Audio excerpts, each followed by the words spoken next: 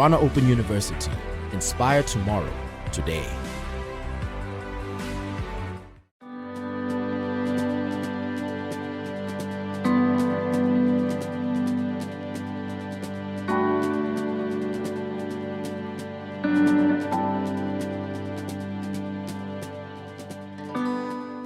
The Open Access Week is therefore a global annual event that is aimed at promoting open access, but it's also aimed at leading us to adopt and utilize open access in teaching, publishing, research, and outreach work.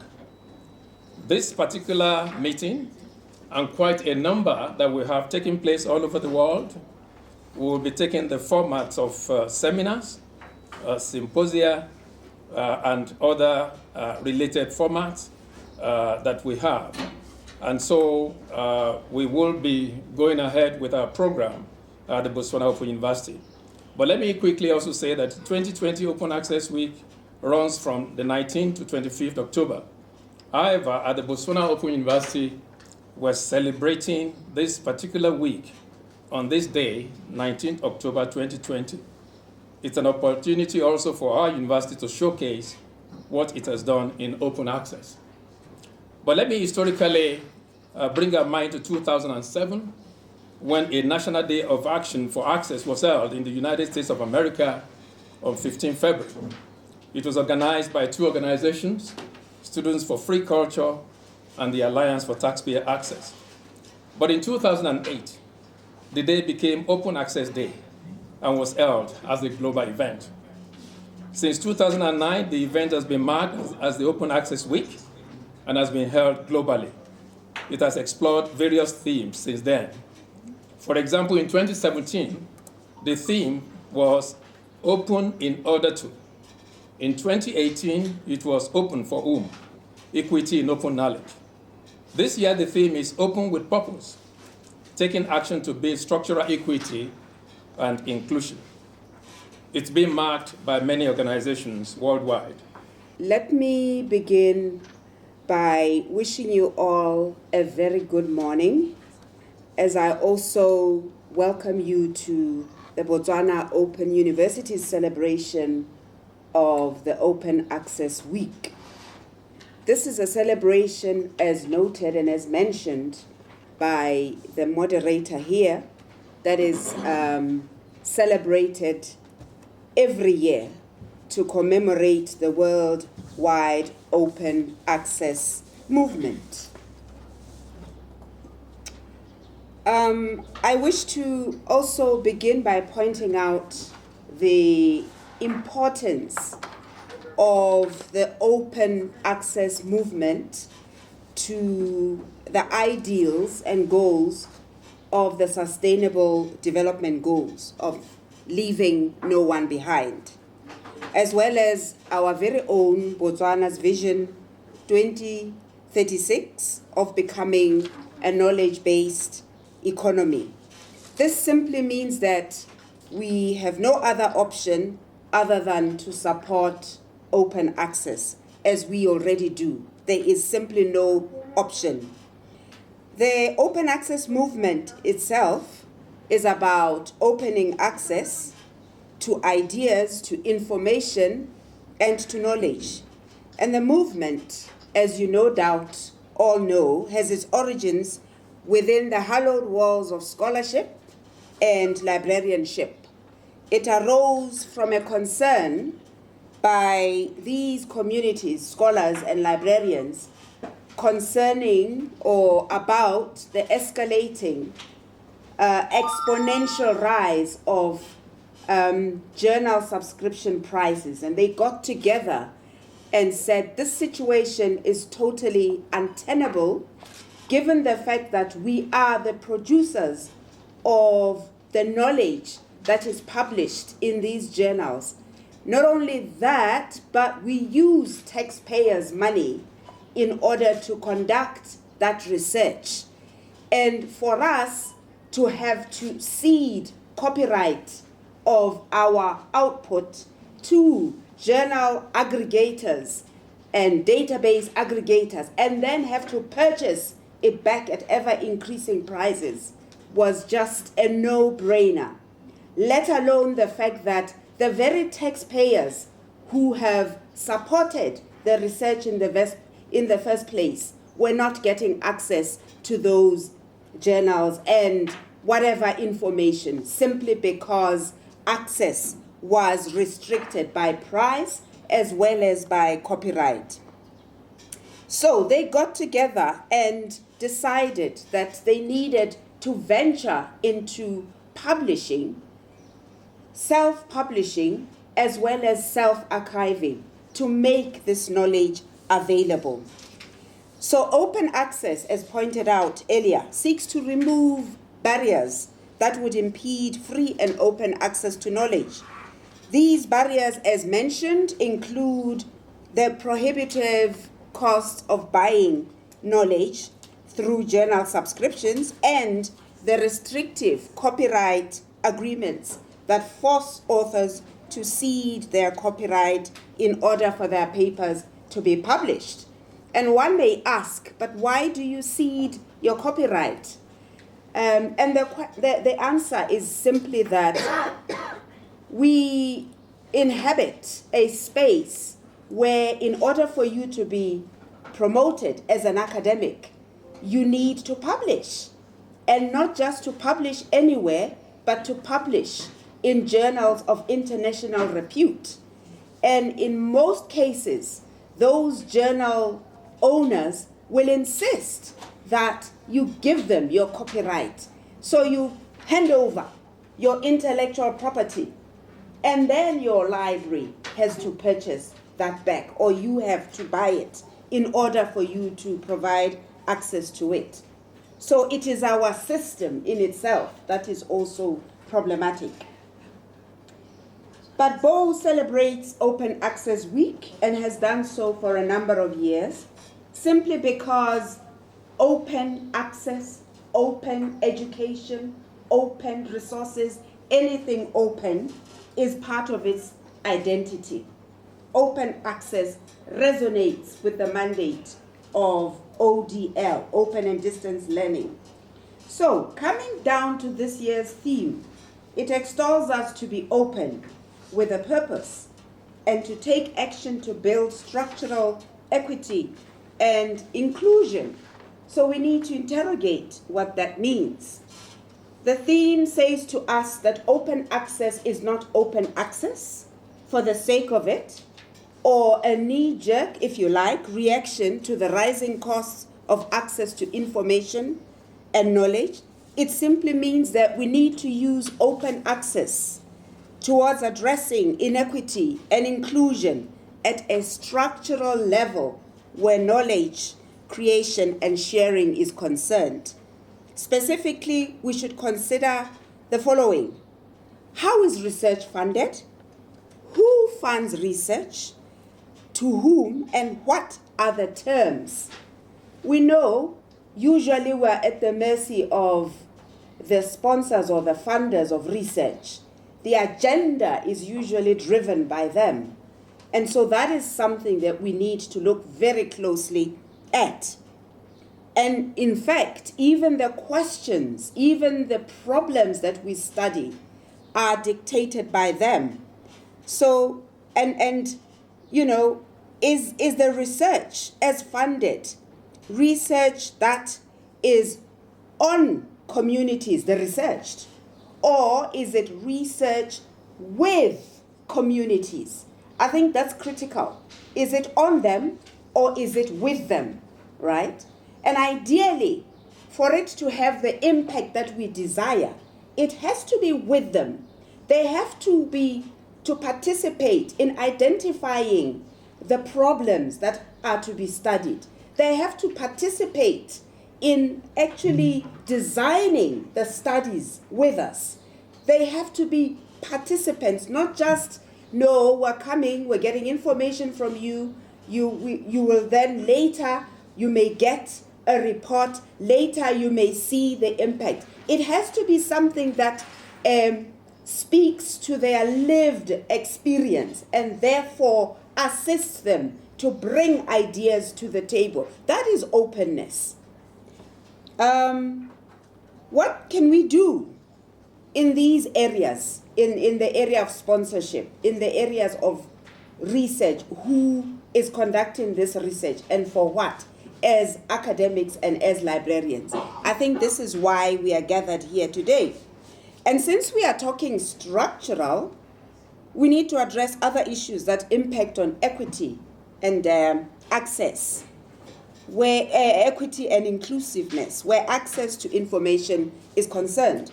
One, the issue of the digital divide. To what extent are we addressing that? Because for there to be open access, we also have to ensure that people have access to connectivity. They have access to the skills that enable them to use the connectivity adequately. So the digital divide is one area. I mean, in Botswana alone, 1 in 4 people have access to connectivity. Internet penetration is at 43%. That's not good enough. It has to be at least 80%. But the good news, of course, that you know of in the past week, some of you, is that the government, through its agents, has seen fit to provide hotspots around the city of Gaborone for the people of Gaborone to get access to Wi-Fi and therefore to the internet. And we believe that the intention is to cascade that to other areas in the country. It's a step in the right direction. The literacy divide is another issue. It's one thing to produce research and ideas and all of that. But if it is written and people cannot read because either they are not literate or it is a language issue, then that in itself impedes openness of that access. And then, of course, the content divide. What is it that we're communicating through open access? Is it open access for everyone, or is it open access for us as elites, scholars, researchers, librarians? We can read, we have access, we have Wi-Fi at home, we have a beautiful, beautiful libraries that provide access to what they subscribe to. What about the population? It's about inclusiveness. It's about equity. So it has to go beyond ourselves as the academic and scholarly and librarian communities. So without addressing these issues as well, we stand to lose on the ideals of open access, because then it becomes open access to whom? So, having said all that, ladies and gentlemen, and posed those questions, I would like to do what I was asked to do, which was not to pontificate on open access, but rather to welcome you.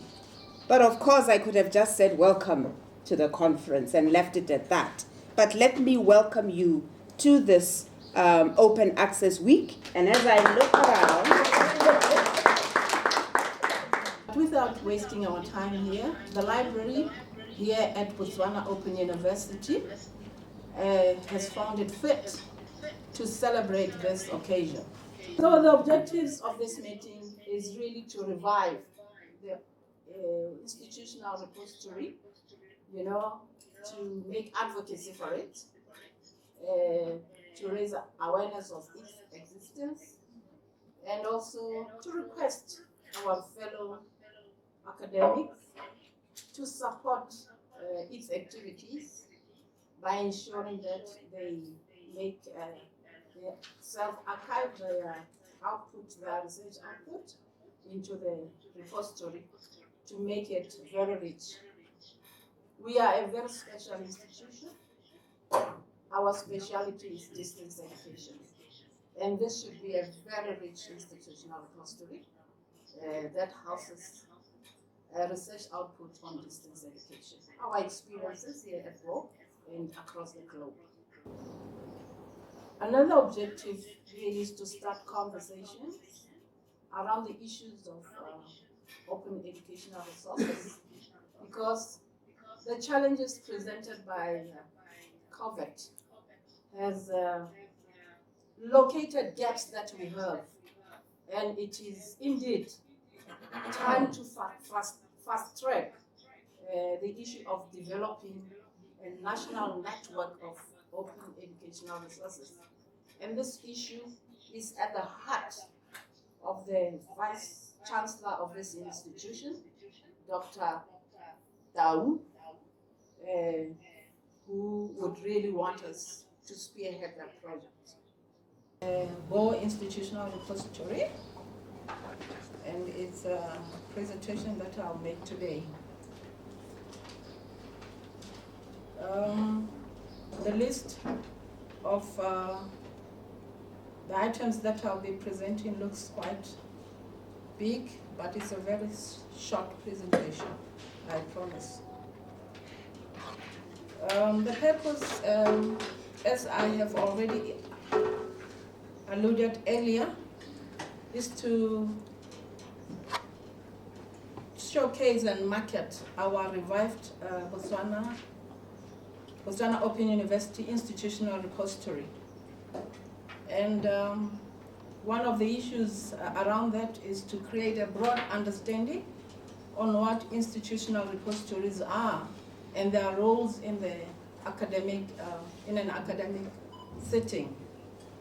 And also to encourage the members of the institution to support the repository initiative.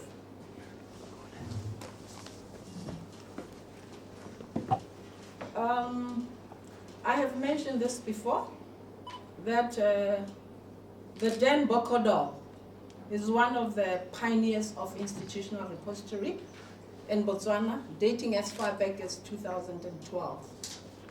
I happen to be an advocate for open access and repositories because I chair the Botswana Library Consortium, and the consortiums across the region and in states in transition in Europe are supported by electronic information for libraries that has supported the creation, development, supporting the formation or creating of consortiums in developing countries.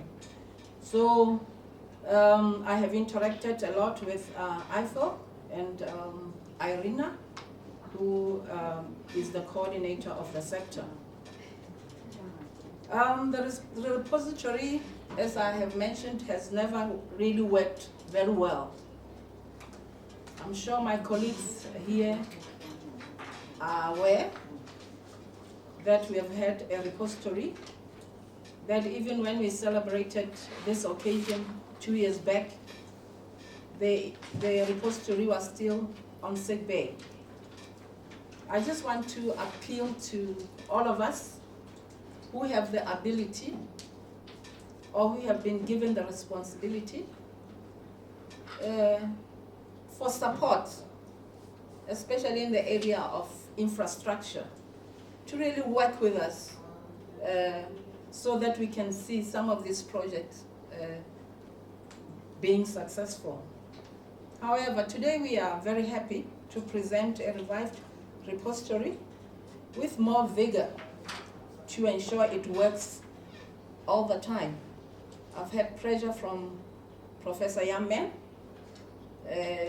whose role really surrounds the issue of research, and therefore they would really like to see this platform working, because repositories are one of the platforms that are used for ranking universities in terms of production of intellectual output. So we move on and talk about what institutional repositories are. According to LEAD 2003, a university-based institutional repository is a set of services that an university offers to the members of its community for the management and dissemination of digital materials created by the institution and its community. CRAW also defined an institutional repository as a digital archive of intellectual products created by the faculty, research staff, students of an institution, and accessible to end users both within and outside the institution, with few, if any, barriers to access. The content is institutionally defined, scholarly, cumulative, and perpetual, open, and interoperable. The institutional repositories, one may ask, why institutional repositories? And institutional repositories are regarded very highly in advanced universities,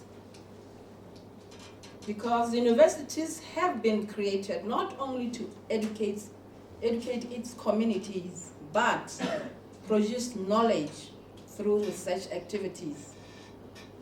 Institutional repositories are platforms that showcase the university research programs, projects, and initiatives. Institutional repositories also attracts collaborative engagements and sharing of knowledge, expertise, and skills amongst institutions. As I have already said, institutional repositories offer seamless access to documents reflecting the institution's present research interest as well as future research goals, further attracting collaboration and even funding. If the research output is immediately made available, it accelerates the pace of scholarly communication. It also increases citations of those publications. Those are the benefits of institutional repositories, why we should have. The objectives of institutional repositories are to harvest and preserve the research output of an institution in a single platform. The objectives again are to create global visibility of an institution's scholarly output, as well as the authors, the researchers, those who are participating in the repository. They also, another objective is to provide access to research output through self-archiving. In most cases, repository contains, and they are not limited to this list of items, scholarly communication, that is research articles, published peer-reviewed and preprints, digital learning objects, e.g. OERs, open lectures, specialized collections which contain very unique materials, e.g. Africana, arts and culture digital objects, technical reports, and the list goes on and on. And institutional repositories can be located in two major basic platforms, formats. You can have an open source repository, like the one that we have here. Though it is free, it needs skilled expertise to install, customize, maintain. The IT department can share with me this sentiment. We have really had quite a number of challenges to put it into operation, and we've had to seek support from colleagues outside. That is why it is very important to collaborate. Let me also share to you that the person who helped us benefited from workshops that we did at Botswana Library Consortium that were sponsored by IFL. You can also have a platform that is commercially available, and of course you need to pay initial project fees and annual fees. The communities within our institutional repository that we have called BoSpace. We have the Office of the Vice Chancellor Office, the Research Office, schools, the different schools, and these will have sub communities within themselves. These are not all. We might have other communities added to that. Like, I don't see the library here. It should be here because they need to publish. They need to write, not only talk. So this is what is needed for us to work and deliver, work efficiently. We need such a structure. We need specialists, those who will be focusing on special collections. These are librarians. We need digital learning objects specialists. We need scholarly communication coordinators. We need specialists on metadata, digitalization, repository manager, and of course IT, Prof. Moahe. This is what we need so that we can have a live institutional repository. In conclusion, ladies and gentlemen, we are saying that institutional repository represents potential resources of information, data, images, and valuable research results produced by an institution. IRs contribute to the ranking of a university, and on an annual basis, we have a list of institutional repository ranked according to their quality. And next year, we would like to see BoSpace ranked one of the best institutional repositories in the region, at least if you cannot go global. Institutional repository also promote use of research results for the public good.